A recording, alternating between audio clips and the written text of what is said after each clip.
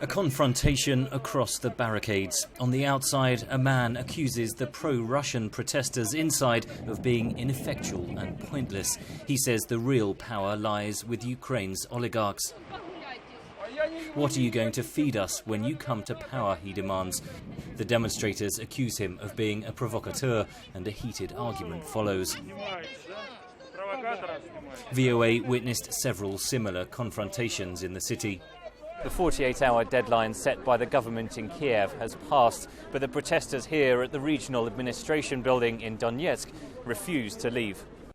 The pro-Russian demonstrators have declared a People's Republic of Donetsk.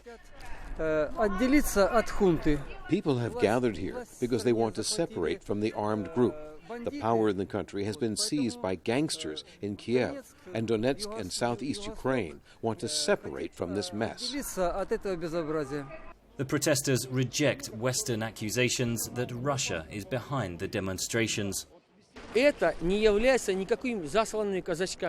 are not from Russia. They're not Russian tourists. They're not invaders from Russia. The people of the Donetsk region, the people of Ukraine, are sick of the power that has been imposed on them from the west of Ukraine. Donetsk is the power base of Ukraine's former president, Viktor Yanukovych. Many people here view his ouster as nothing short of a coup d'etat. But despite the Russian flags, it seems that few want to follow the example of Crimea and become part of Russia.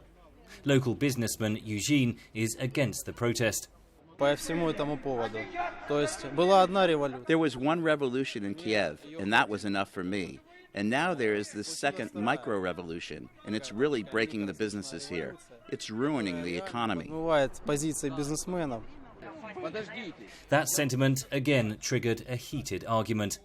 Ukraine's acting Prime Minister Arseniy Yatsenyuk arrived in Donetsk Friday for talks with local government officials. He offered more autonomy for eastern Ukraine if the protesters disarm and leave. I do believe that we need to tackle this problem only in a peaceful manner. But we've made an offer. They are to leave the premise of the state administration, to be disarmed, and we as the state of Ukraine can guarantee them that they won't be detained or arrested. But it's up to them to decide. The Prime Minister did not say what would happen if the protesters refused that offer. So far, there is little sign that they are ready to back down and leave. Henry Ridgwell for VOA News, Donetsk.